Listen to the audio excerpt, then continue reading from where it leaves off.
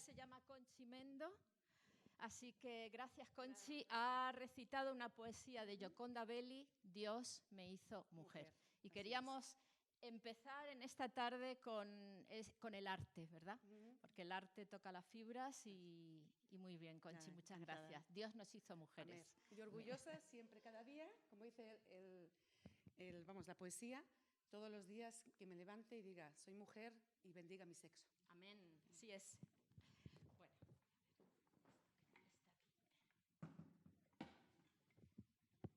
Un poco enredado. Bueno,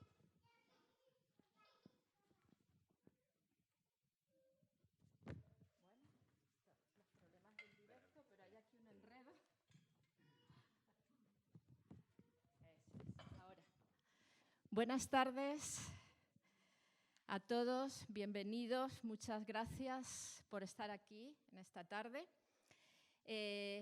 Ante todo quiero dar gracias a Dios, empezar por lo primero. En segundo lugar, doy gracias al CEM, que es el que ha subvencionado junto con la Comunidad de Madrid este evento, esta presentación. El Consejo Evangélico de Madrid está aquí muy bien representado. Gabriel, también su vicepresidente, Pedro Tarquis. Y gracias a la Iglesia Emmanuel está aquí su pastor también, Fernando Méndez. Mi gratitud, nuestra gratitud desde la plataforma. Y a todos los que estáis aquí, los asistentes y los que nos apoyan. Sobre todo a Dios, porque lo que sí que quiero dejar claro es que sin Él nada de esto tendría sentido, porque es que mi vida no tendría sentido sin Jesús. Así es que es lo que quiero dejar constancia y que esté presente antes de arrancar con lo que quiero deciros. Esta sabéis que se llama la plataforma Seneca Fall. Y luego, con nuestro ponente Antonio Simoni, que se le presentará debidamente, pues va a desarrollar el tema y vais a entender el porqué, aunque yo voy a insinuar ahora un poquito el porqué de este nombre. Esta plataforma ha nacido desde lo más profundo de mi corazón, Dios lo puso hace mucho tiempo, y también en hombres y mujeres que queremos defender y trabajar por la igualdad de derechos, de libertades y de responsabilidades de ambos, hombres y mujeres, desde una cosmovisión bíblica, aplicada a nuestra sociedad actual, empezando por la Iglesia, por supuesto. También responde a la necesidad de ocupar un vacío como cristianos evangélicos, dando una respuesta en medio de tanta confusión que tenemos hoy y viendo tanto viento de doctrinas, ¿verdad?, de ideologías. En medio de esta confusión queremos levantarnos como una luz. La desigualdad hacia la mujer sigue existiendo, lo sabemos, en el mundo entero, en la sociedad y en las iglesias también. Dios ya lo predijo, Génesis 3:16. No lo prescribió, no fue un castigo, sino que predijo, va a pasar esto, como consecuencia nos advirtió de nuestra separación de él. Tu deseo será para tu marido y él se enseñoreará de ti. Creemos que en un mundo redimido por Cristo, los cristianos tenemos que luchar para erradicar este pecado, que no pertenece al mundo del orden de Dios, sino que es una consecuencia de aquella separación. Así es que nos identificamos con un feminismo, ¿sí? Y aunque en el medio evangélico parece que esta palabra da un poco de miedo, tenemos que quitarnos ese miedo. ¿Por qué? Porque nos identificamos con un feminismo que tiene un profundo arraigo histórico, que se distingue por su lucha a favor de los derechos humanos y, en este caso, de los derechos de la mujer, la defensa de su dignidad, de la vida y de la familia. Esto es muy importante decirlo. La igualdad plena de hombres y mujeres, sin ignorar unas diferencias biológicas naturales que hay. Un feminismo que creemos que es necesario visibilizar, más que nunca, e impulsar en el contexto actual que a menudo deriva en una guerra de sexos, pero no es eso lo que nosotros pretendemos, ni muchísimo menos. Un feminismo cristiano. No sé si esto chirría un poco, pero quiero decirlo alto y fuerte. Un feminismo cristiano que tiene su origen en la misma palabra de Dios, que nos creó iguales, que tiene como referente a Jesús. en su trato a las mujeres. Él vino a restaurar esas estructuras de la creación. Dijo, un texto en Mateo 19, decía, al principio no fue así. Las estructuras de Dios para la mujer, para la creación, para el hombre, eran otras. Y Jesús dignificó a la mujer, le devolvió el lugar que se le ha robado, ¿verdad? Es un feminismo cristiano que se identifica con los principios y valores del primer feminismo histórico del que vamos a hablar hoy, que fue el movimiento Seneca Fall. Y es el que nos da nombre a esta plataforma. Este movimiento apareció oficialmente en 1848, un grupo de hombres y mujeres, a lo mejor parecido, aunque yo creo que ese día eran más, según tengo, por lo que yo he leído, eran unos pocos más los que se reunieron en una capilla protestante y firmaron la primera declaración de derechos de las mujeres, inspiradas en la Biblia. Como cristianos evangélicos creemos que el problema de la desigualdad es la raíz de la violencia de género, de la prostitución, de la trata, de la esclavitud. El origen está en la desigualdad, en la concepción de la mujer como un objeto de segunda categoría y un objeto sexual. Por eso no excluye, sino todo lo contrario, que trabajemos por la justicia, es decir, esta brecha, esta desigualdad solo se puede solucionar, lo sabemos como creyentes, de una manera, volviéndonos a nuestro Creador, ¿verdad? Llegando al fondo, a la raíz. Pero eso no excluye, sino todo lo contrario, que no trabajemos por la justicia social, por unas leyes justas que sirvan como barrera del mal y como cimiento adecuado para el desarrollo del bien y de la justicia. De la misma forma es fundamental sensibilizar a las iglesias. Lo primero, necesitamos concienciarnos, sensibilizarnos del problema tan grave de la desigualdad y de las consecuencias que está trayendo a la mujer, pero también al mundo en general, a la familia. Educación necesitamos y formación. Y desde esta plataforma se va a proyectar, ya se está haciendo, se va a proyectar todo esto. Queremos trabajar para una educación en igualdad, qué importante, desde la Iglesia. Esta educación en igualdad no es cuestión solo de las instituciones, sino que empieza en la familia. Eduquemos en igualdad.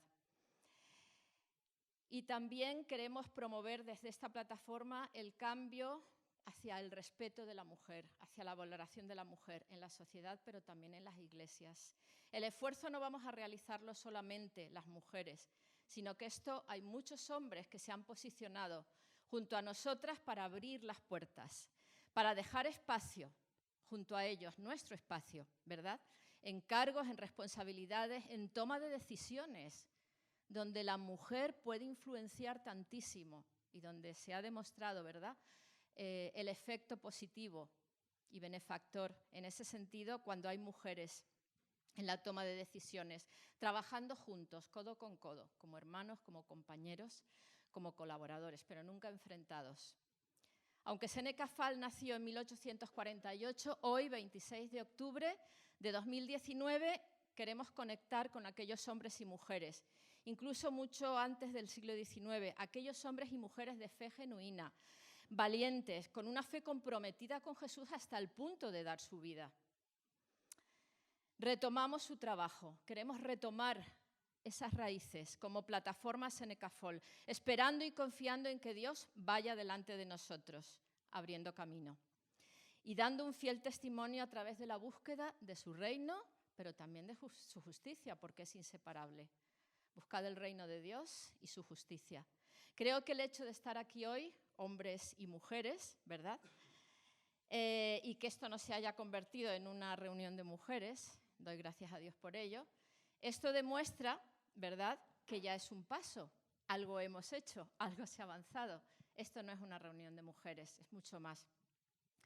Y el respaldo de tantos hombres y mujeres, pues al ver la acogida, me dio el impulso para, vamos a decirlo así, saltar al agua, ¿verdad?, y crear esta plataforma y empezar a trabajar de una manera más oficial. Lo que pasa es que, como le pasó a Pedro, ¿verdad?, cuando saltó al agua, una vez que te tiras y miras, te da miedo. A mí me da miedo. Pero siempre está ahí Jesús, ¿verdad? Que dice, no temas, calma, tranquilidad, calma, no temas. Y te sujeta de la mano y sigues andando. Esto es por fe, ¿verdad? Y por eso aquí estoy, andando sobre las aguas, ni más ni menos, pero de la mano de Jesús y de la cual espero nunca soltarme. Así es que muchas gracias y bienvenidos en esta tarde.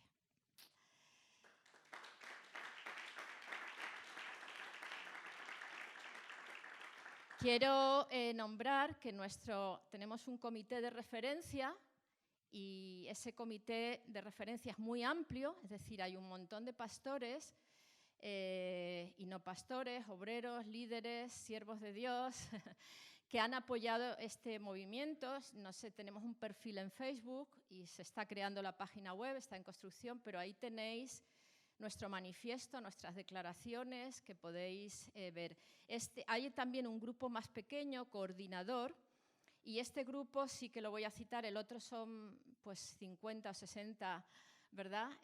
Hombres y mujeres, pero el grupo pequeño, el comité, está formado por Elena Moiche, de Córdoba, no está aquí en esta tarde, Ana Cecilia Pérez Manco, que está por aquí, haciendo fotos, Argentina, Eva Sierra, historiadora, Ana Jiménez, presidente de AGLOW, la conocéis, Nieves Carabaña, Asun Quintana, una servidora, Aurelio Esquembri, aquí está, Antonio Simoni, nuestro conferenciante, y el pastor Ángel Bea, que también le conocéis, de Córdoba. Así que, sin más, dicho esto, porque no es mi intención alargarme, sino dar una panorámica general de lo que somos y tenemos muchos proyectos. Esperamos el apoyo de las iglesias, es decir, que cuando ya oigáis plataformas NKFAL, feminismo, que nadie se asuste, porque queremos eso, recuperar, ¿verdad? Esas raíces y esa identidad de la mujer que Dios, esa identidad al lado del hombre que Dios nos dio, ¿verdad?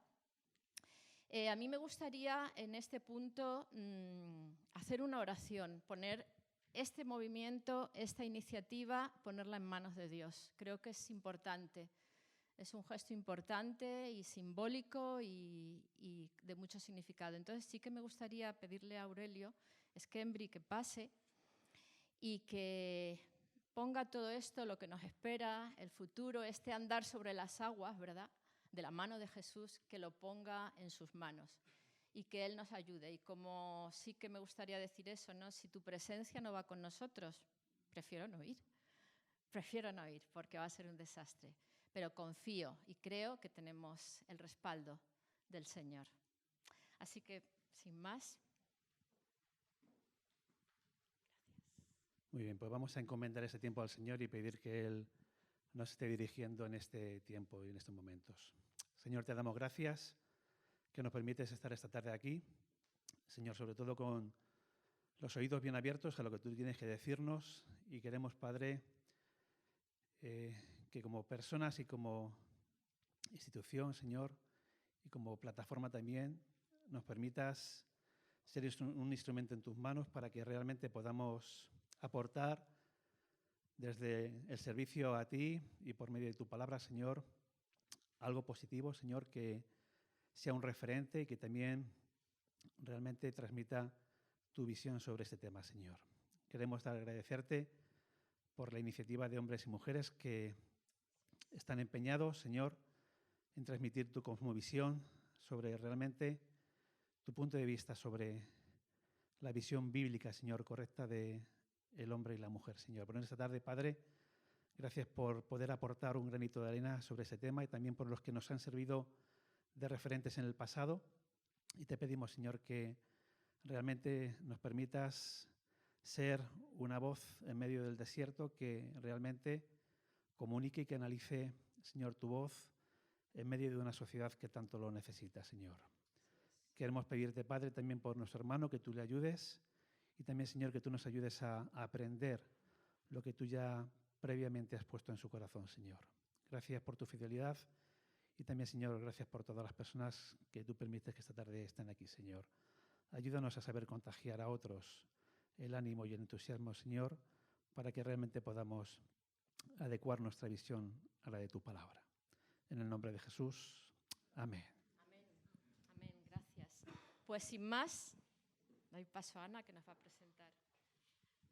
Gracias. Bueno, pues para mí es un honor presentar al conferenciante de esta tarde. Tuve la oportunidad de conocerle junto a su esposa, María Ángeles, hace 2 años, en un acto de la Reforma, del 500 aniversario de la Reforma en Córdoba, y él estuvo allí compartiendo acerca de la mujer andaluza en tiempo de la Reforma. Y realmente fue un tiempo muy enriquecedor, y lo sé que va a ser en esta tarde también. Entonces, él, junto a su esposa, son pastores de la iglesia en La Carlota y son padres de 2 hijos. Antonio Simonis, también investigador de la historia evangélica en Andalucía y es especialista en la Reforma. Es conferenciante de la historia del protestantismo en diferentes foros, columnista de la revista Querigma, articulista y profesor de historia de la Iglesia en la Facultad de La Carlota de FADE. Y le damos un aplauso como bienvenida. Gracias.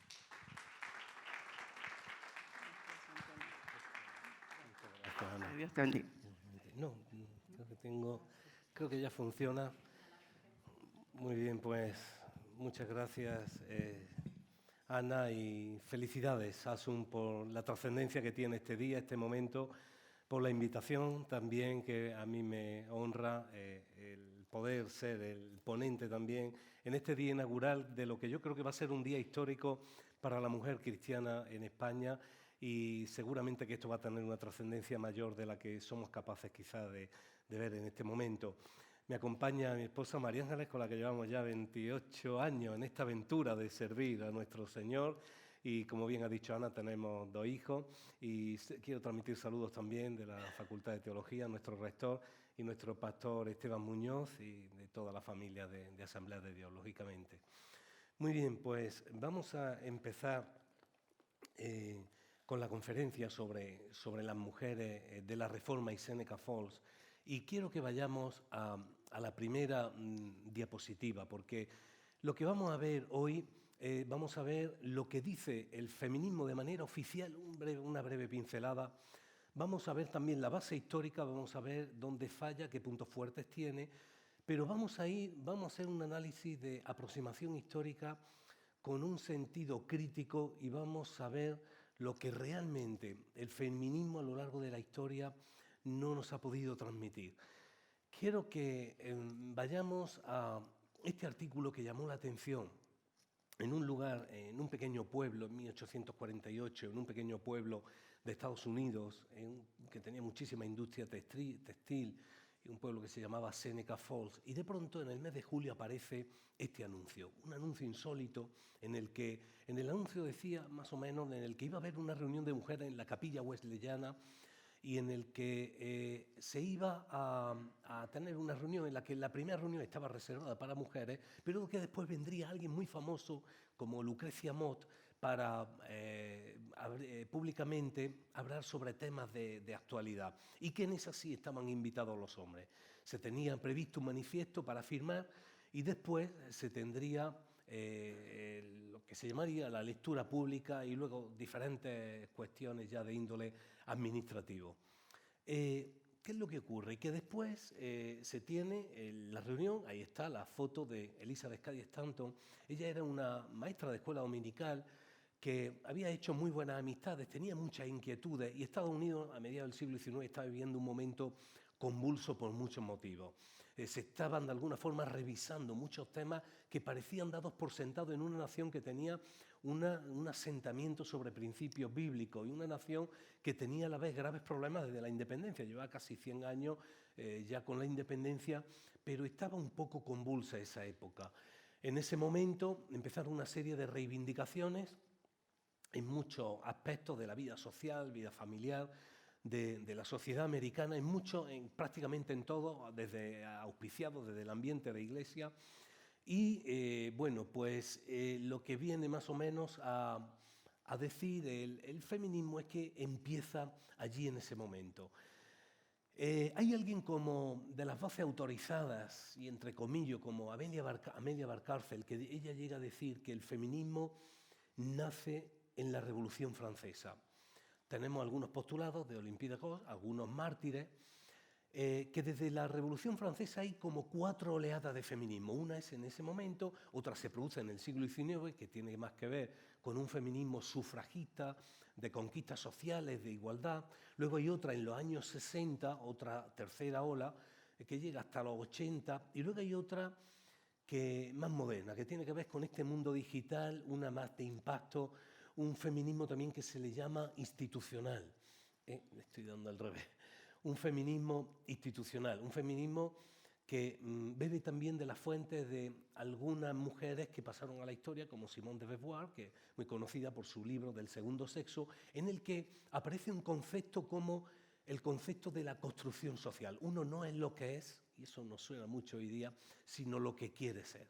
Así que de alguna forma queda cerrado el ciclo en el que el feminismo tiene unos 250 años de notorio arraigo, que es una buena cantidad, tiene sus mártires, tiene ciertas oleadas clasificadas desde el punto de vista sociológico por los eventos que han pasado y tiene toda una artillería institucional desde este momento, aunque esta cuarta ola tiene una evidente carga ideológica.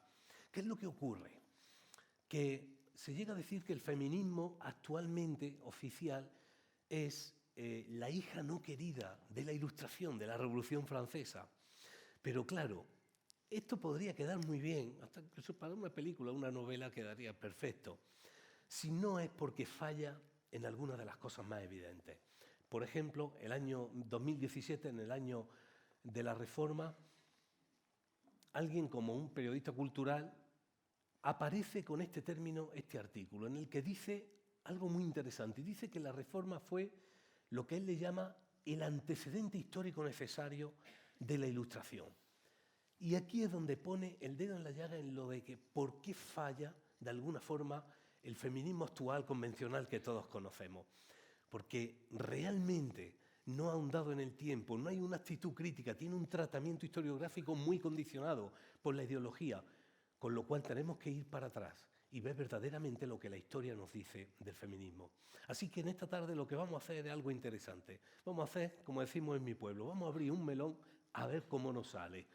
Así que si se atreven conmigo nos vamos a adentrar en la historia y vamos a ver los antecedentes, ese antecedente necesario de la Ilustración. Vamos a ahondar, les invito a que vayamos a llegar hasta la Reforma y hasta donde el Señor nos dé y vuestra paciencia, y espero que en 45 minutos hayamos también acabado todo este panorama que quiero darles sobre la historia del feminismo, las mujeres de la Reforma y lo que pasó en Seneca Falls. Tenemos que irnos a la Reforma y encontrarnos con el monje agustino Martín Lutero, en el que él está la noche del 31 de octubre de 1517, él está colgando su opinión sobre un tema teológico controversial del momento. Hemos escuchado hablar como evangélicos muchísimo, ¿verdad?, de Lutero en toda esta celebración de los 500 aniversarios. Pero ahí lo que él estaba realmente poniendo una opinión, algo muy habitual, como si hoy día escribiésemos en nuestro muro de Facebook. Seguro que muchos de nosotros hoy hemos escrito algo en Facebook antes de venir, y es lo que hizo que esta imagen me gusta mucho porque refleja realmente. El documento es poco más que un folio A3 y él escribe sobre un tema en concreto. Lutero lo que llega al punto en el que cuando él se entrevista con el emperador Carlos V en la Dieta de Worms en 1521, él llega a la conclusión de que él tiene que pensar de una forma diferente. Hay un consenso común en el que los historiadores dicen que la Edad Media se acaba en ese momento, en el que alguien actúa conforme a su conciencia.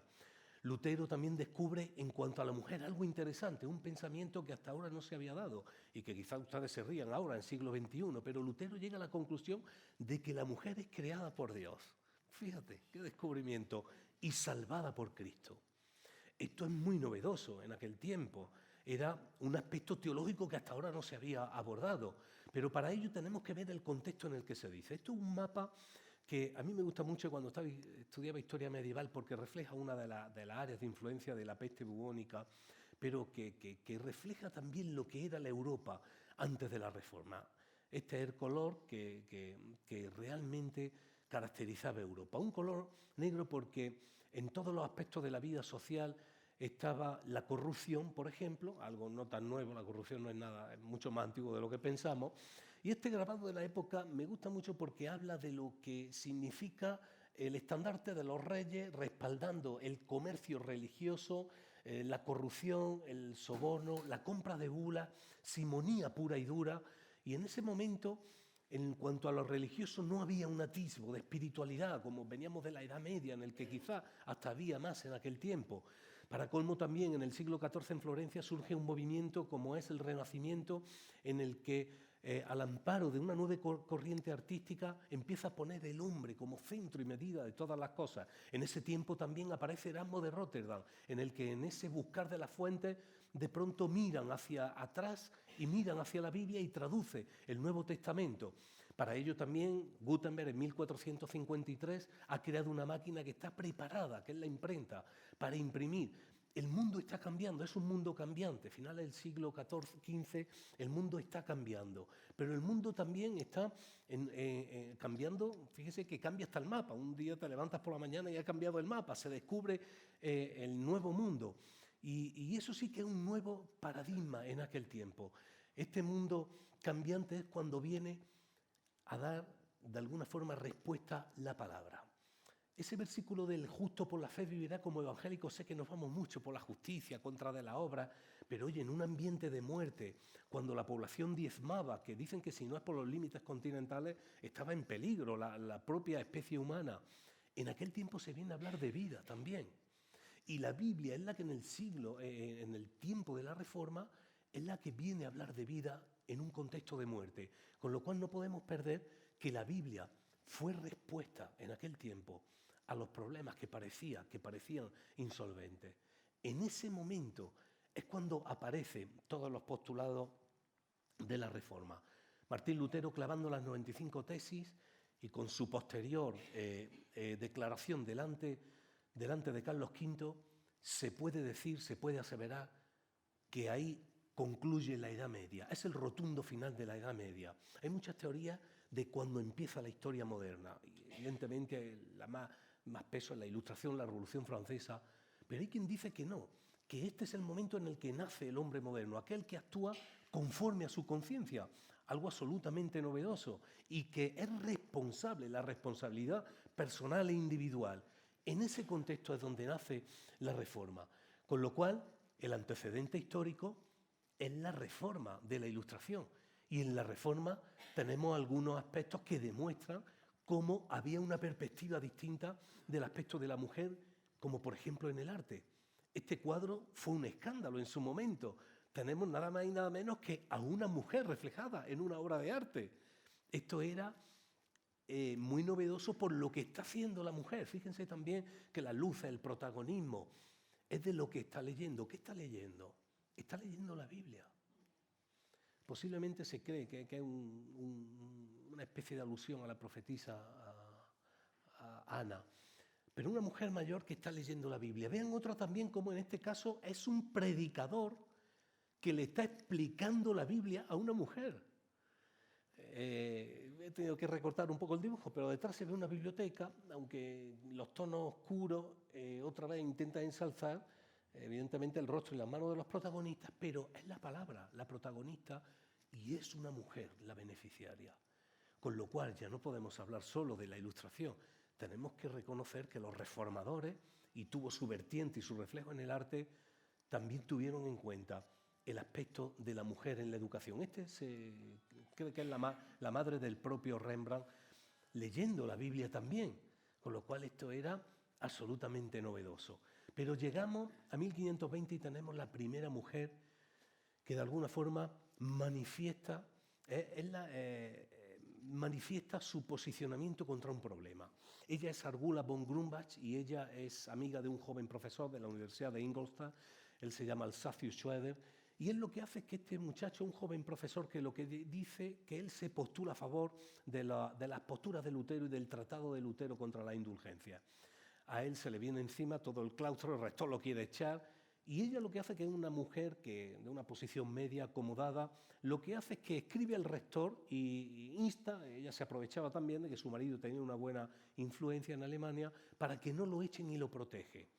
esto se le viene a ella todo el sistema y, bueno, ella muere en el más absoluto de las condiciones paupérrimas, porque es una mujer de alta condición, porque incluso hasta el propio esposo se pone en contra de ella. Ella es una magnífica escritora, se dice que es la primera escritora evangélica de bestseller, Algura von Grumbach, y ella fue, se puede decir, la primera mujer protestante en el término propiamente dicho, porque ni siquiera en 1521 el término protestante se había acuñado todavía, había que esperar a la Dieta de Spira de 1528. Pero tenemos a una mujer que salta a la palestra y defiende a un profesor universitario en la Alemania del siglo XVI de la Reforma. Pero ahora quiero que vayamos a España, vamos a viajar entre España y Estados Unidos, vemos en España qué es lo que ocurre en el tiempo de la Reforma. Vamos a dejar el debate si hubo o no hubo reforma, evidente que hay ciertas aportaciones y hay dos focos de protestantismo que son especialmente localizados en Valladolid, porque ahí estaba la corte, y en Sevilla. En Valladolid era más numeroso, pero se da el caso que la congregación de Valladolid está sostenida por una mujer. Ella se llama María de Cazalla y, bueno, vemos cómo Felipe II, que se había fijado para él, cuando su padre le dice que él no va a ser un señor del rey, que no va a ser rey de herejes, él dedica todo su reinado a lo que es una obsesión de eliminar el protestantismo. Su padre era muy conocido, daba otras circunstancias y él no carecía de ese apoyo que tenía Carlos V, evidentemente. Y Felipe II le echa la culpa al protestantismo, a esta herejía, y lo convierte, necesitaba una causa-efecto, ¿no?, para su reinado, que tampoco fue de lo mejor. Usa la Inquisición, un instrumento creado precisamente se creó para los malos católicos en el sur de Francia, lo reorienta para enfocarlo contra el protestantismo. Y tenemos aquí a María de Cazalla. María de Cazalla era una mujer descendiente de los Portocarrero, con el título grande de España, pero una mujer que era hermana de Agustín de Cazalla, que era el predicador de Cisneros en la corte. Y claro, ¿quién se mete con alguien así? El proceso contra los alumbrados duró muchísimo por la propia posición que tenía María de Cazalla. Pero vean algunas de sus frases, una mujer que hizo algunos escritos, una mujer que había tenido un encuentro personal y una mujer que decidió, al igual que Lutero, actuar conforme pensaba. Ella que decía, qué ciegos están estas gentes que te buscan en templos de cantos, canto es piedra, ¿no? Dice, y en sí propios que son templos vivos no te hallan ni te buscan. Ella llegó a decir algo, y prepárense los oídos, dice que estaba más cerca de Dios acostada con su marido que cuando iba a misa. Esta era María de Cazalla, esta era esa mujer que defendió su fe en aquel tiempo. Luego nos vamos a Sevilla y el número de creyentes era menor. Había una congregación que al auspicio, al apoyo del monasterio de San Isidoro del Campo, donde estaba un joven Casiodoro de Reina, que había ingresado hacía tiempo y tenía mucho interés por traducir la Escritura. Ahí estaba una casa en el centro de Sevilla, en el que la casa era de Isabel de Baena, una mujer bien acomodada, una casa que dicen las crónicas que era de constante piedad y permanente alabanza, una casa donde se daba auxilio a todo el mundo, donde el prior del monasterio de San Isidoro del Campo estaba en contacto con ella, García Arias, y donde el predicador de la catedral también se reunía en su casa. Pero era ella la que sostenía la congregación en el siglo XVI en Sevilla, con lo cual los dos puntos de la Reforma protestante en nuestro país están sostenidos por la familia, por los Cazalla, muy conocidos, y por Isabel de Baena, y hay otras como María Gómez, no me puedo parar mucho. Pero este es el monasterio, yo con mis alumnos nos vamos una vez al año, nos vamos allí al monasterio donde Casiodoro de Reina empezó la traducción, que luego termina en Basilea, y ahí pasamos tiempos también pensando que cómo se escribió ahí también, ¿no? Parte de la historia de nuestro país y parte de la historia de por qué leemos hoy la Biblia en castellano. Ahí está la Biblia del Oso, la primera edición. Y tenemos el caso de María Bohórquez. María Bohórquez posiblemente sea la mujer mejor formada en España que la Inquisición ajustició. Tenía 21 años cuando ajustició en el auto de fe de Sevilla de 1559. Ella era hija ilegítima de un grande de España de tercera categoría, Pedro Rodríguez de Jerez, y tenía cierto tratamiento especial incluso para la Inquisición. Pero como a ella la había instruido Constantino Ponce de la Fuente y el doctor Egidio, que se habían convertido al protestantismo, pues la chiquilla recitaba el Nuevo Testamento de memoria, sabía griego, latín, todos los idiomas. Cuando la la encerraron en el castillo de Triana, que también es visitable todavía. Dicen que ella daba ánimo a los presos y decía que no era el momento de titubear. Incluso cuando estaba, dice el auto de fe, dice que a 20 metros de ir ya a la pira para quemarla, dice que María Bohórquez la pararon los capuchinos que estaban ya y los jesuitas, por si acaso se quería arrepentir, que podían hacerle como un tratamiento especial y librarla. Esto hubiese sido muy novedoso en la Inquisición, porque de alguna forma si te arrepentías, te quemaban igualmente, pero te morías arrepentido. Y ella incluso casi que lo insultó, le dijo que se dejasen de tonterías, que ella estaba ya preparada y se había ocupado de su salvación.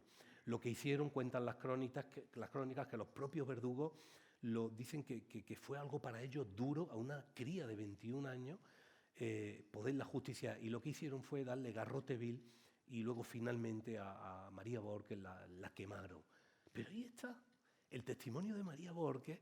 Todavía yo estoy esperando, y lo digo cada vez que voy a Sevilla, un lugar que tenga el nombre de María Bohórquez. Así que las mujeres del siglo XVI en España, ¿qué hacemos con ellas? ¿Dónde las encasillamos? Porque la historia está ahí, la han escrito. Y ahora quiero que nos vayamos, avancemos un poquito en la historia, porque tenemos a Carlos III. Carlos III, solamente una mención, porque es un tema además que he estudiado en profundidad, ese periodo que hay un aparente silencio en la historia del protestantismo de España. No seré yo quien defienda que haya una continuidad, evidentemente, pero también creo que a veces sabemos menos de lo que pensamos. Sabemos mucho menos y los historiadores nos vamos a llevar muchas sorpresas en el cielo. Una de ellas es que en Carlos III hay algo que se está revisando ahora mismo. El asunto es que Carlos III, un rey ilustrado, viene a gobernar a España casi de casualidad porque muere su medio hermano, Fernando VI, y él está en Italia, y él viene a gobernar a España. Y lo que hace es que quiere llevar a cabo un proyecto ilustrado, que es crear una sociedad ideal. Y para ello cogió el pueblo más bonito de España, la Carlota, donde pastoreamos. Y bueno, no existía la Carlota, la crea de la nada, pero es el único pueblo que tiene hasta hora de fundación. Tiene hora, fecha y día también. Y este experimento él lo quiere llevar a cabo con extranjeros. Una cosa interesante. No sé por qué, pero él lo quiere llevar a cabo con extranjeros. Y Carlos III trae a 7.500 colonos, por resumirle de alguna forma. Ahí está la Real Cédula de Instrucción. Y esta cédula tiene algo interesante. Si ven abajo, dice que se crearán colonias en toda Sierra Morena con extranjeros, pero dice algo. ¿Cuál es la palabra siguiente? ¿Extranjeros qué? Católicos. ¿Saben lo que hizo? Se lo resumo para no alargar en este aspecto. Carlos III deposita todo este experimento en Pablo de Olavide. Pablo de Olavide, una persona muy prestigiosa en la corte en España, pues venía de una familia de diplomáticos peruanos con bastante prestigio.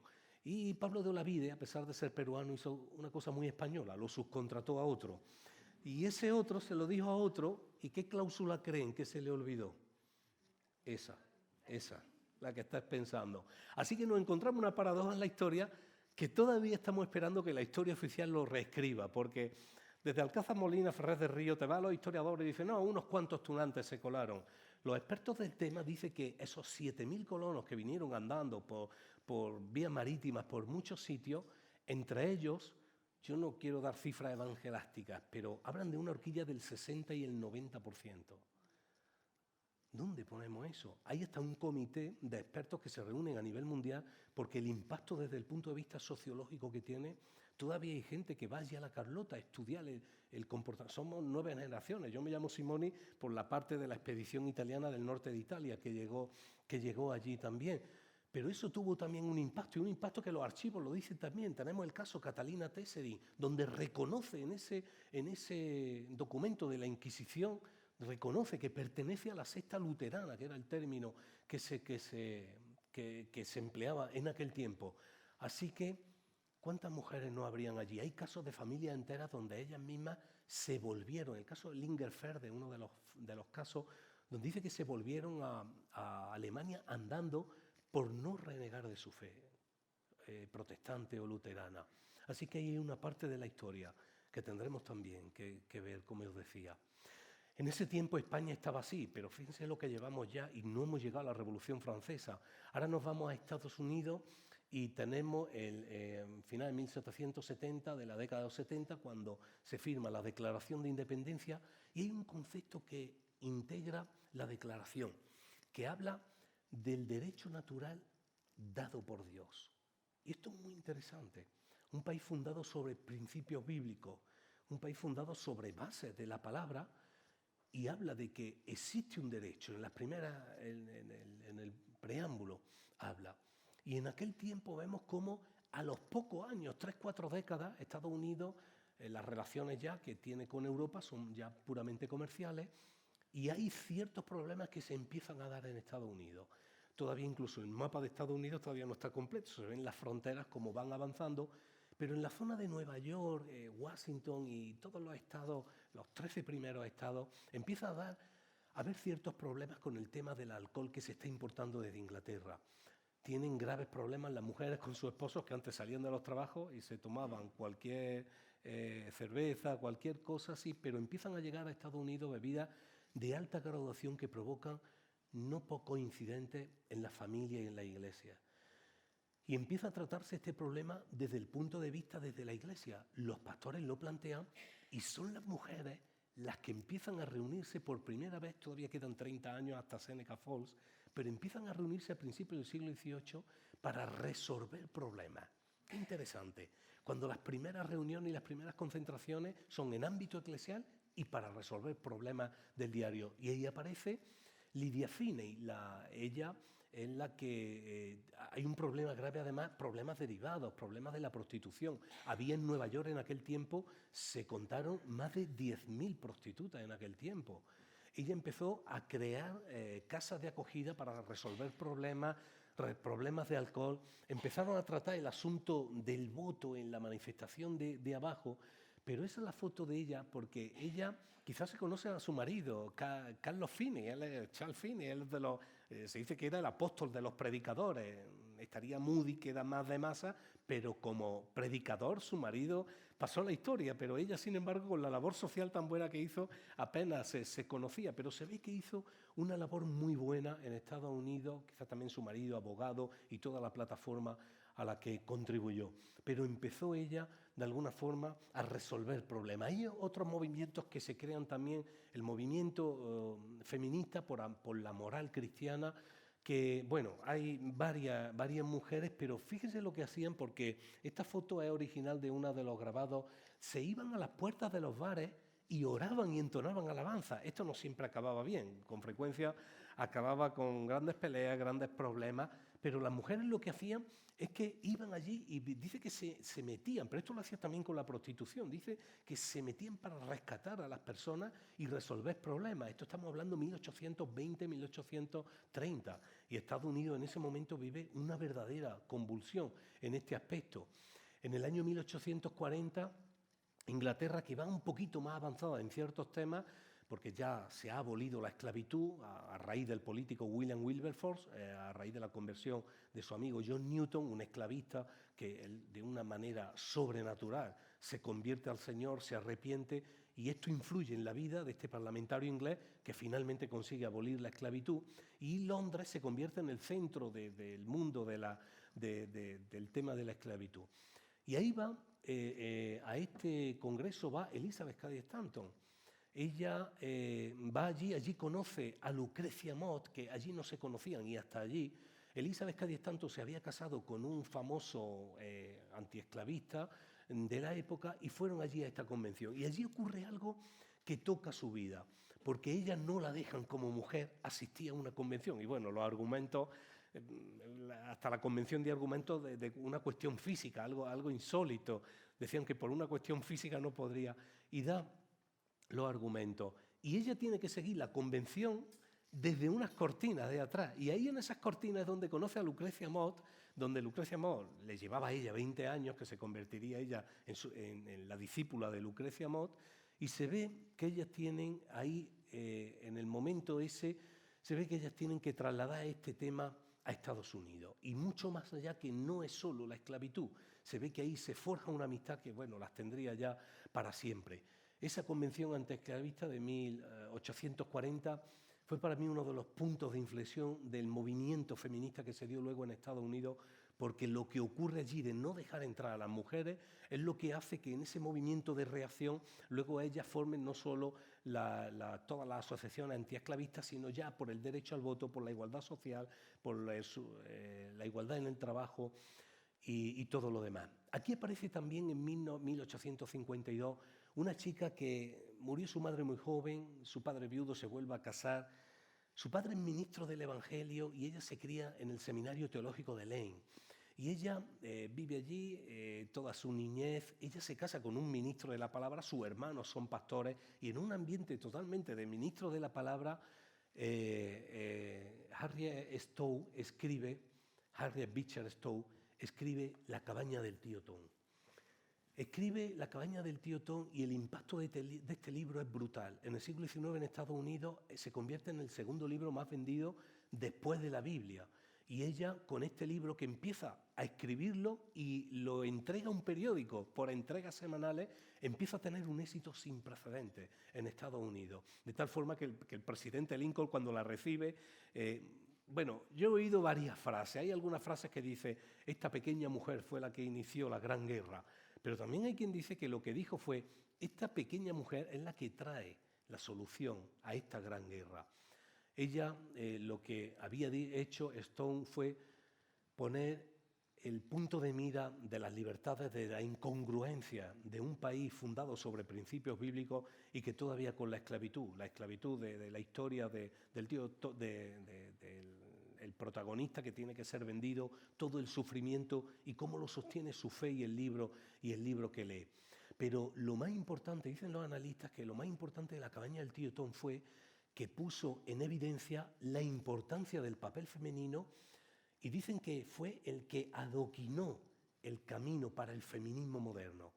Ella fue, Stone, se le conoce, pasó a la historia como la autora de La cabaña del tío Tom, pero sobre todo porque fue la que puso de alguna forma, fíjense también, la guerra norte y sur en Estados Unidos fue una guerra cruenta.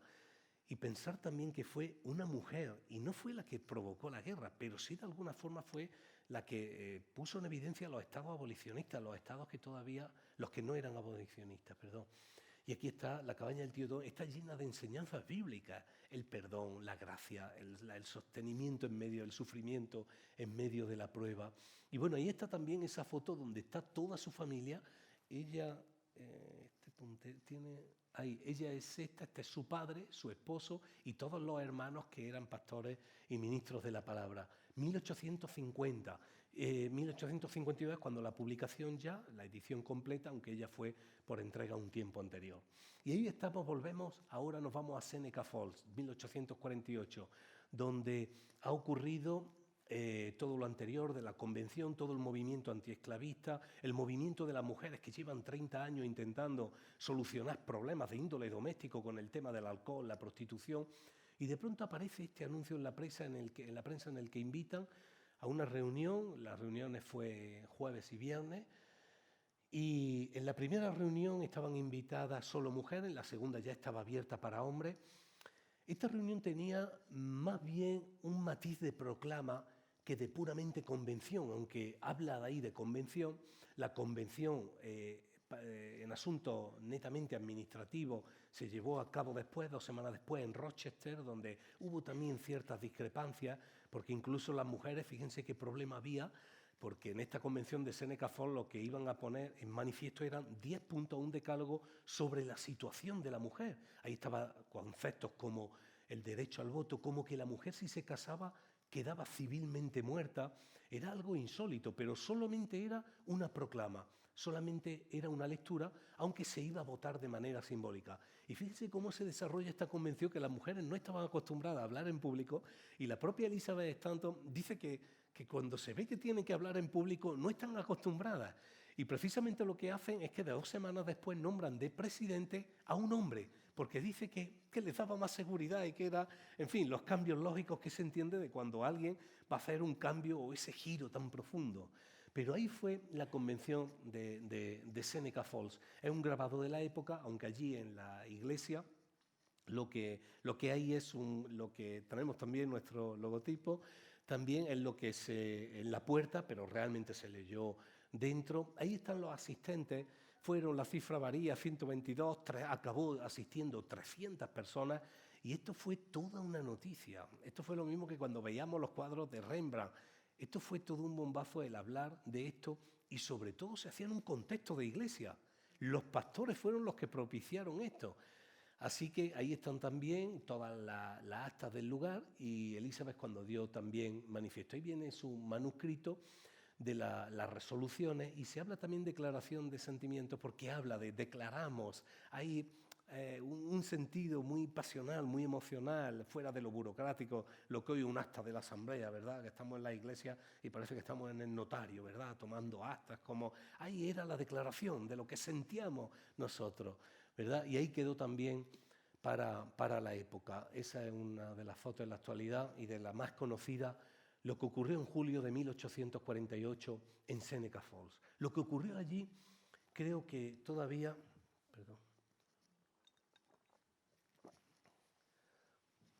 Todavía no se era consciente ni Elizabeth Stanton, ni Susan Anthony, ni Lucrecia Mott, ni ninguna de las que había allí se daban cuenta de lo que había pasado. El feminismo hoy día sí alude a eso, pero alude con mucho ojo clínico y de manera quirúrgica, para no mencionar ni siquiera el lugar. Como mucho, yo lo que he leído en los libros oficiales de feminismo es que eran unas cuáqueras que se reunieron allí. Pero lo que ocurre en Seneca Falls, y ahí está una de las fotos con las tres, ahí vemos a Lucrecia, no veremos alguna frase suya, Susan Anthony y Elizabeth Cady Stanton, quedó un monumento porque se considera que realmente fue el punto de inflexión en la historia moderna del feminismo. Y los periodos en historia no nacen por generación espontánea, no surgen, hay transiciones, hay momentos históricos, marcos históricos, condiciones de los momentos, razones geopolíticas. Pero lo que ocurre aquí en Seneca Falls sí tuvo una repercusión muy interesante, porque de ahí salieron también muchas de las misioneras que luego, en una avalancha por toda Europa, y que tuvo que ver mucho con la Segunda Reforma en España, muchas vinieron de lo que pasó allí en aquella capilla wesleyana. Parte del legado de Elizabeth Cady Stanton, por ejemplo, a mí me gusta que dice que en el momento en el que callamos nuestras opiniones por motivos políticos, de alguna forma Elizabeth Cady Stanton habla de que, cuidado también, aquí me recuerda también a Teresa de Jesús cuando decía, estamos en tiempos donde es peligroso callar, es peligroso hablar, dice, y peligroso callar también. Y aquí ella de alguna forma hablaba de que tenía que decir lo que ella quería decir, aunque fuese políticamente incorrecto. Lucrecia Mott, sus frases son más agresivas. Ella decía, bueno, la teoría legal es que el matrimonio consta de el hombre y la mujer en una persona, y esa persona es el hombre. Esa era la realidad en aquel tiempo. Y la importancia que tiene lo que pasa allí trasciende a España. Y ahora venimos a España. ¿Qué pasó? ¿Qué repercusión tuvo Seneca Falls en lo que pasó en España? En España no hay atisbo, hasta donde sabemos, porque ya hemos visto con Carlos III lo que pasó con aquellas mujeres que vinieron. En España, hasta ese momento de protestantismo, no había mucho. La misión metodista se había instalado en Gibraltar en 1812 con Guillermo Harris Rule, a raíz de que unos soldados piden asistencia religiosa para un capellán militar, lo que pidieron para Gibraltar. Y eso se convierte de alguna forma en la plataforma que recibe a todos los pastores que en la Segunda Reforma protestante se exiliaron ahí previo a la libertad religiosa del 68. Pero Gibraltar, yo doy gracias a Dios de que fue inglés. Esto lo dije en Cádiz y por poco tengo que salir corriendo. Pero doy gracias hasta un tiempo, ahora ya podíamos revisar eso, ¿no? Pero en ese tiempo está la misión metodista, y Guillermo Harris Rule, que es un hombre de bastante éxito, todo el siglo XIX hasta 1869, septiembre del 68, no hay libertad religiosa en España. Pues en 1843 este hombre ya tenía colegio, 1836 al 39, ya tenía colegio evangélico en Cádiz, que lo cerraron porque cuando se dieron cuenta, Isabel II dijo, ¿qué hacemos con colegios protestantes en Cádiz? Cuando todavía la Inquisición se había cerrado 3 años antes. Guillermo Harris Rule llega un momento en el que manda un informe a la misión metodista en Londres y él está bastante deprimido. Las cosas no van bien, se lleva bien con el gobernador de Cádiz, pero la obra no avanza y está a punto de cerrar un piso que él tiene como punto de misión allí. Ese piso no se cierra, y gracias a Dios que no se cierra, en 1839, ahora sí, porque viene un pastor exiliado de Cataluña, paradoja, pero bueno, era que el pastor se había venido porque, lógicamente, se había convertido.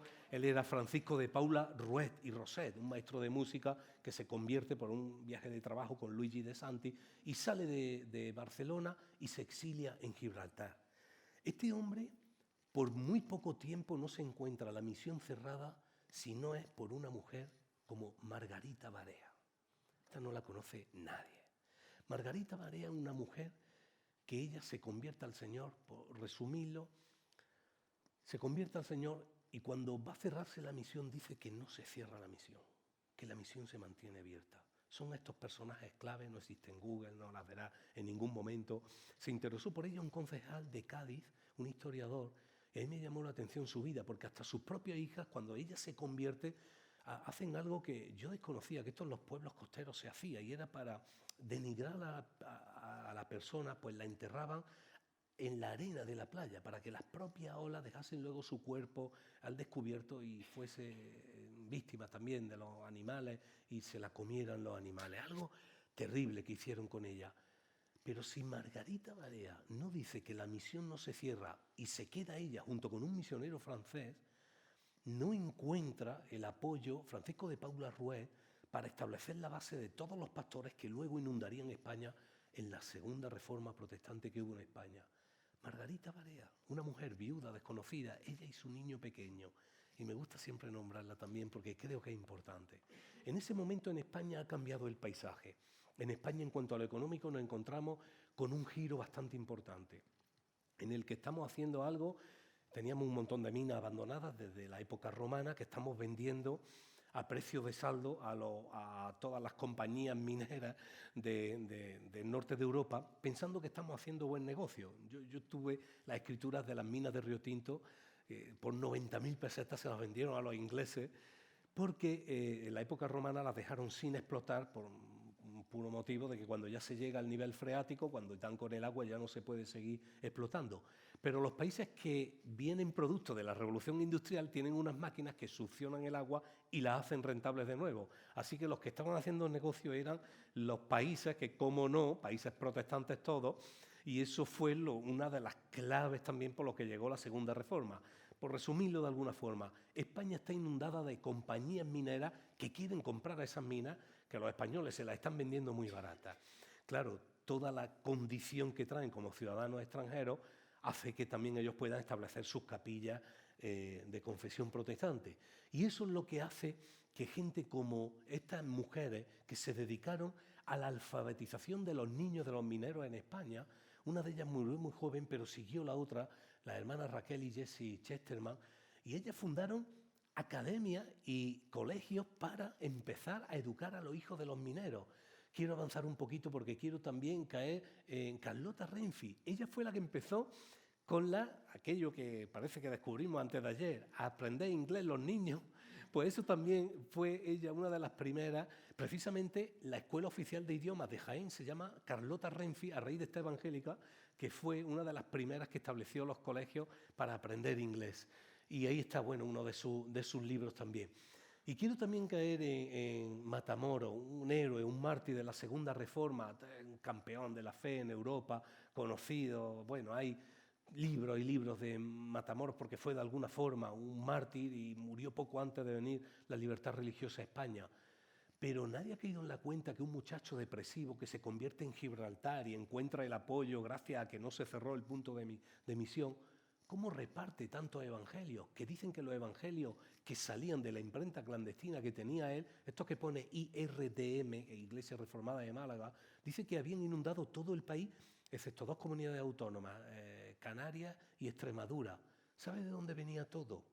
La única foto que existe, ella es Dolores García Trigo, su madre, viuda de un capitán de artillería que dedicó toda su fortuna para pagar una imprenta clandestina, en la calle Torrijos de Málaga, que está datado. Dolores García Trigo, que también pasó a la historia, nadie sabrá de ella, pero la obra en España y todos esos evangelios que vemos en exposiciones bíblicas por todos lados, muchos de ellos le dan la vuelta. Y si ves IRDM, viene de toda la fortuna que puso esta mujer y que pasó, evidentemente, al anonimato, ¿no? Porque ya me encargo yo ahí de nombrar a Dolores García Trigo allí donde está, en esas grandes anónimas que escribieron la historia de nuestro país. Llega la libertad religiosa, la revolución del 68, la septentrina, y nos encontramos varias mujeres que empiezan a tener carga por la enseñanza. No me quiero parar mucho. Baldomera Martínez de Lara, Pilar Delgado, empiezan a fundar escuelas evangélicas, pero escuelas de letras primarias, que era prácticamente un apartado de la Iglesia que el domingo daba instrucción de las primeras letras a la gente que quería venir. Pero empiezan a venir gente que ha vivido la experiencia de Seneca Falls, y entre ellas se encuentra Alicia Gully.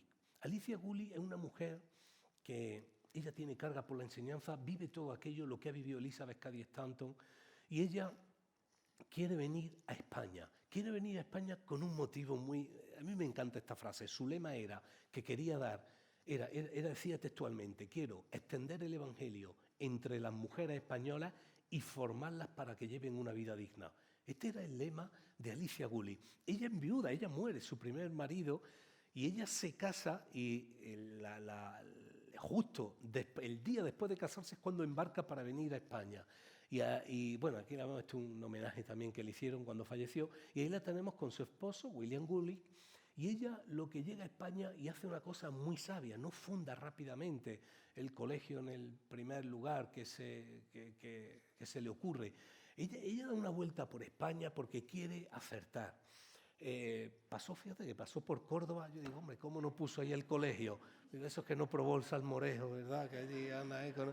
Pero bueno, pasó por allí y no lo puso allí. Al final lo puso en Santander, luego estuvo un tiempo en San Sebastián, en Francia, hasta que finalmente lo trajo a Madrid, que está aquí actualmente todavía, y ella muere también en uno de los traslados, pero ella empieza con unos métodos absolutamente novedosos para la época. Quiere llevar a cabo un proyecto educativo que sea novedoso. En primer lugar, ya era novedoso porque se fijaba en la mujer, algo que sí que era novedoso en nuestro país, pero se rodea de las mejores mujeres. Y ella empieza con unos métodos metodológicos tales como, en vez de hablar referencia a los clásicos de literatura, los leen, los clásicos de literatura. En vez de hacer experimentos o estudios teóricos de ciencias naturales, salían al campo a estudiar las cosas. Bueno, introdujo también algo escandaloso, como la educación física. Hay una foto por ahí que no recuerdo dónde la tengo, con unos pololos haciendo gimnasia. Así que algo súper novedoso también, práctica de laboratorio también.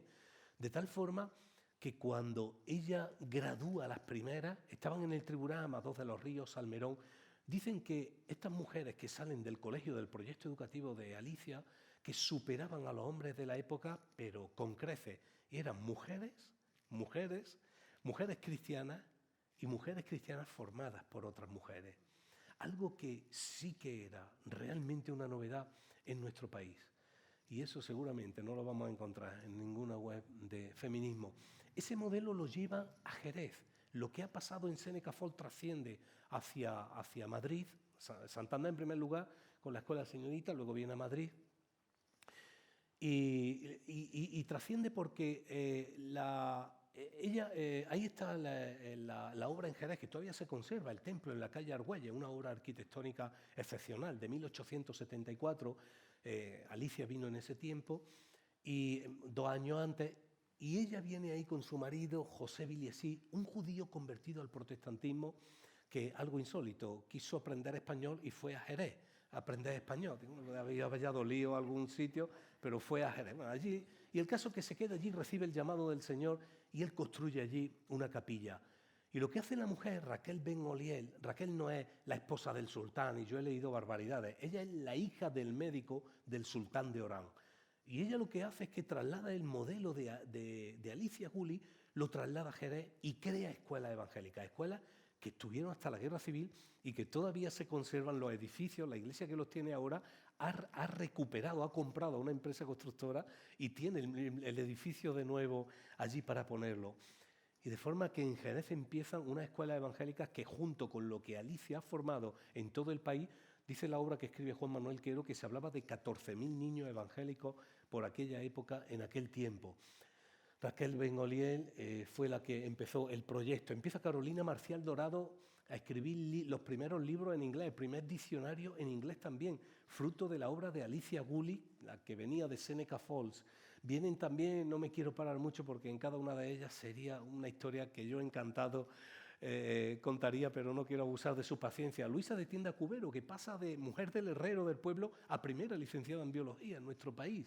Y así tenemos casos como el Carmen Hombre Ponzoa, una maestra de escuela ya en 1936, en el que este caso nos conmovió, porque es una maestra de escuela evangélica que es fusilada estando embarazada de 8 meses, ella y su marido. Ellas pertenecían a la UGT y al Partido Socialista. Ahora estamos con la historiadora de la Fundación Pablo Iglesias porque quiere que le traslademos toda la información. El año pasado estuvimos María Ángeles y yo conociendo al único hijo que vivió de aquel tiempo, que lo sacaron en un ataúd a escondidas del hospital y el niño lo criaron unos misioneros y ha vuelto aquí ahora, tiene ya 85 años. Y tenemos amistad con él y pronto veremos también una obra de ella porque merece la pena lo que hizo esta mujer y era actuar contra la discriminación que había en la sociedad jerezana siglo XIX, la industria vitivinícola, pero también muy clasista, y las vacaciones de los niños, no todos los niños tenían las mismas vacaciones, el calendario escolar tenía que ver con tu poder adquisitivo, algo insólito, y eso fue lo que ella se manifestó y motivo por el cual la pasaron por armas, como dice su parte de guerra. Se establecieron los premios Carmen Hombre Ponzoa para premiar también a centros educativos que formaban en valores. Y tenemos también el caso 1968, Trela Hall, la tengo que nombrar, una mujer soltera, americana, del ámbito también, de que ella nació muy pocos años después de Seneca Falls, y se viene a Ronda a fundar un seminario protestante en la España de 1968, con lo cual creo que también merece una mención. Creo que solo hay una persona en España que queda que la conoció, que ella es Marisa Castaños, presidenta de nuestra fundación. Cuando llegamos ya a la libertad religiosa vemos todo el recorrido, pero vemos también todo el papel que ha tenido la mujer. ¿Qué hacemos con toda esta historia? Creo que ese tratamiento historiográfico diferenciado que hemos tenido tenemos que divulgarlo y tenemos que darlo a conocer empezando por la Iglesia. La mujer ocupa ya, gracias a Dios, lugares en la educación, en nuestro claustro de profesores. Nosotros tenemos casi la mitad también, son mujeres que se están formando para el ministerio. Nuestro claustro también tiene gran parte de personas, de mujeres, evidentemente. Lucrecia Mott decía también que no se ha conocido una nación grande porque se desvirtúa cuando a la mujer se le denigra, ya en sí mismo está el origen de las fuentes de la nación desvirtuado. Pero fíjense también que quiero que vean estos aspectos también, unas pinceladas ya casi para concluir. La declaración de Seneca Falls, de 10 puntos, 7 tienen que ver con la Biblia, con la palabra. Elizabeth Cady Stanton denunciaba la tergiversación de la Escritura. Creo que en el mundo cristiano y en el mundo evangélico a veces no hemos sido mejores que lo que llamamos el mundo. Hemos a veces luchado con la mitad del ejército por argumentos que no se sostienen. Más de la mitad de las declaraciones y de los puntos del decálogo de Seneca Falls tienen que ver con Dios, con la Biblia, con el derecho natural que hablaba la Constitución de los Estados Unidos. ¿Dónde queda también nuestra reina protestante en la historia de nuestro país? ¿Sabéis que tuvimos una reina protestante en nuestra historia? Juana de Albret, Margarita de Navarra, que ella fue refugio para los protestantes franceses que venían al reino de Navarra. Ella hizo traducir al euskera el Nuevo Testamento de Elizárraga. Ella incluso tenía un plan educativo desde las instituciones públicas, estableció un plan de educación, incluso planificó una campaña de evangelismo para todo el país. Ella hizo la profesión de fe en 1559 y dijo: me siento dichosa de haber sido recibida por el Señor y por la Iglesia, una reina justa, que luego su hijo con una bula papal invadió los estados y anexionó Navarra, pero ahí está en nuestra historia, una mujer que pasó a la historia por ser una reina justa y es una reina protestante en nuestra historia.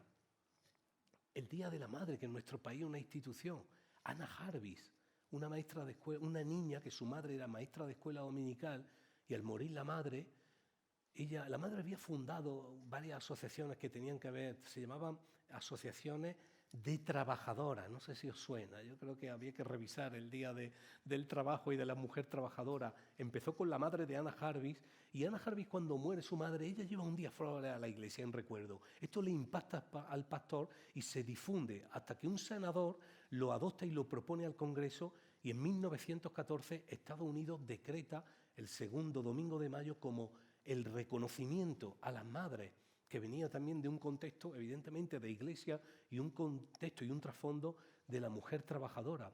Aquí en España, como en todos los países del eje mediterráneo que rechazan la reforma y nos convertimos en lo que se llamó la Reserva Espiritual de Occidente, lo adelantamos al primer domingo para ir con flores a María, el famoso dicho. Pero el Día de la Madre viene de un contexto de iglesia y fue a raíz del gesto que tuvo Anna Jarvis en recuerdo de su madre.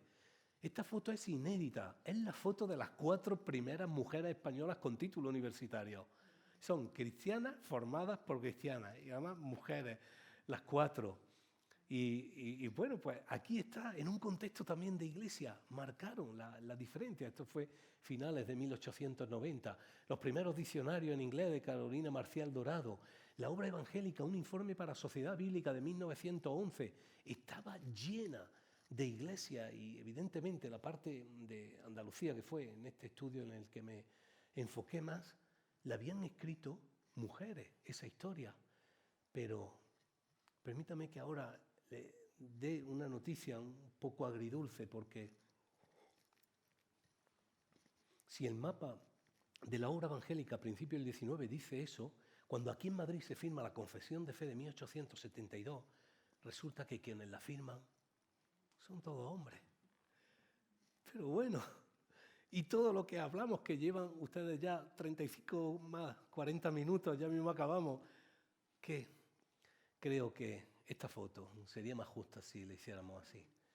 Y que la confesión de fe que por primera vez en la historia de mi país se firma, tiene que tener una mención, evidentemente, a la mujer.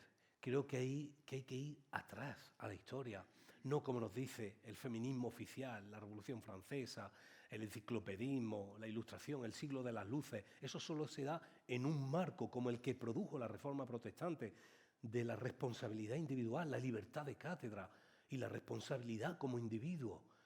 Pero permítanme que no solo nos quedemos en Lutero, quiero que vayamos detrás.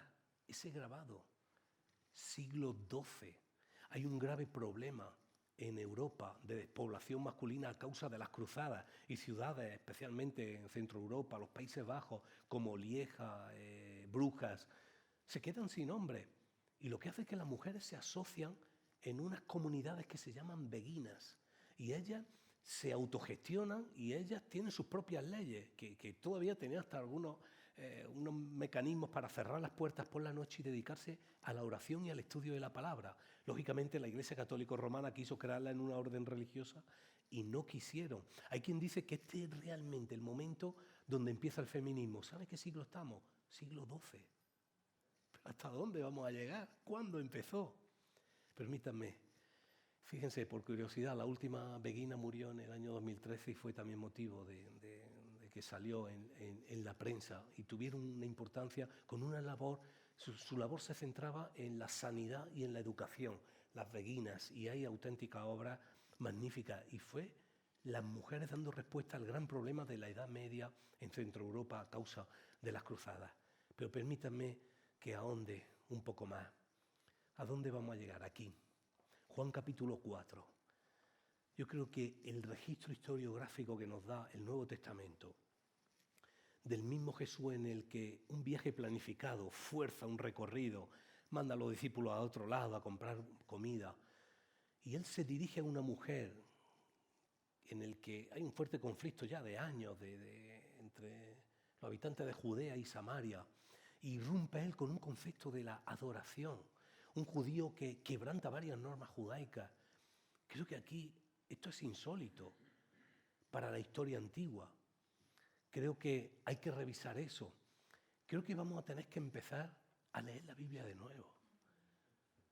Porque solamente voy a darle 4 pinceladas. Abigail, todos conocemos la historia con David, lo que pasó, pero ¿sabes lo que dice el autor bíblico?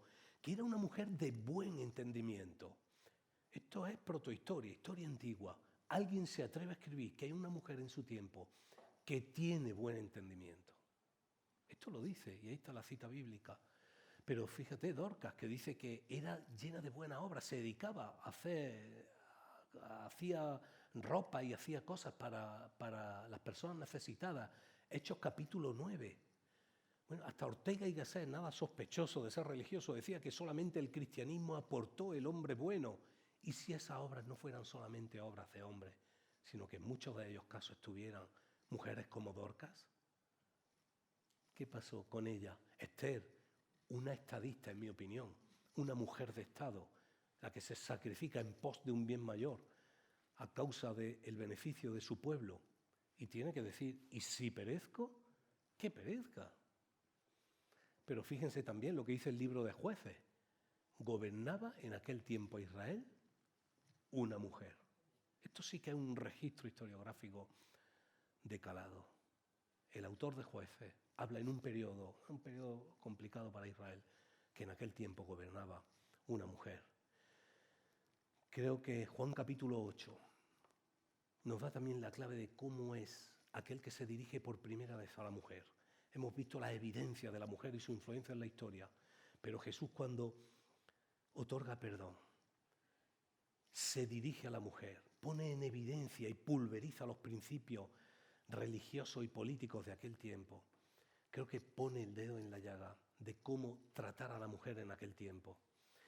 Creo que en Jesús vemos numerosas acciones que tienen que ver del trato a la mujer. Y sí, si digo que fue el primer feminista de la historia, creo que no estoy diciendo nada raro. El autor Lucas, en los capítulos 7 y 8, si no hiciéramos esa división, veríamos cómo hay un compendio de enseñanzas que tienen que ver con la mujer.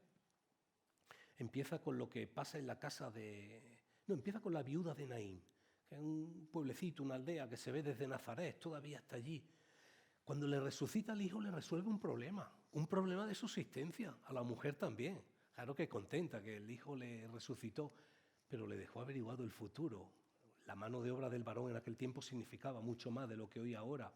Después pasa la escena de Simón, en casa de Simón el fariseo, donde una mujer le enjuga los pies con sus lágrimas, para concluir con Lucas capítulo 8, versículo 3, donde dice que muchas mujeres servían a Jesús. Quizás tengamos, como digo, que releer la Biblia de nuevo, porque la historia es evidente que nos ha demostrado en esta tarde que muchas mujeres servían a Jesús y lo servirán. Y quiero terminar esta parte. Ahí están las que lo van a servir y lo servirán. La voy a dejar un poquito. Creo que quiero terminar con lo que pega ahora después de una ponencia, y le agradezco su paciencia, es terminar con una frase célebre. Como hombre, como esposo, pero como ministro, en vez de una frase, una palabra a las mujeres: perdón. Porque a veces ni los historiadores hemos tratado como nos dice la Biblia y nuestros principios que debe ser, y hemos seguido la corriente de este mundo. Pero me quedo con una de las 5 personas más influyentes del mundo antiguo, en el que escribe una carta a una región donde habitaban algunas personas muy complicadas. Llevaban 300 años viviendo una escisión de los celtas de los galos que se asentaron en lo que se conoció como la Galacia. Y ahí le escribe y le dice, en esa esencia de los Gálatas, que ahí está Pablo, con la pureza del Evangelio, esa tromba de revelación. Dice que en el Señor ya no hay ni condición social, ni nacionalidades, ni griegos, ni esclavos. Y dice también que no hay ni varón, ni mujer. Siglo I. Pablo diciendo, porque hay una razón mayor, porque todos vosotros sois uno en Cristo Jesús. ¿Por qué pensamos siempre que esa parte de que sean uno son varones? Ojalá Seneca Falls, Ánimo Asun, siga para cohesionar el cuerpo de Cristo, para cerrar brechas, cerrar grietas, y ese feminismo que necesita esta sociedad, basado en donde nace a fin de cuentas todo, pueda dar esa respuesta a la sociedad de hoy, como lo dio la Reforma y lo dio la Biblia a lo largo de la historia, la respuesta de nuestro Señor. Ánimo y adelante, y que el Señor os bendiga.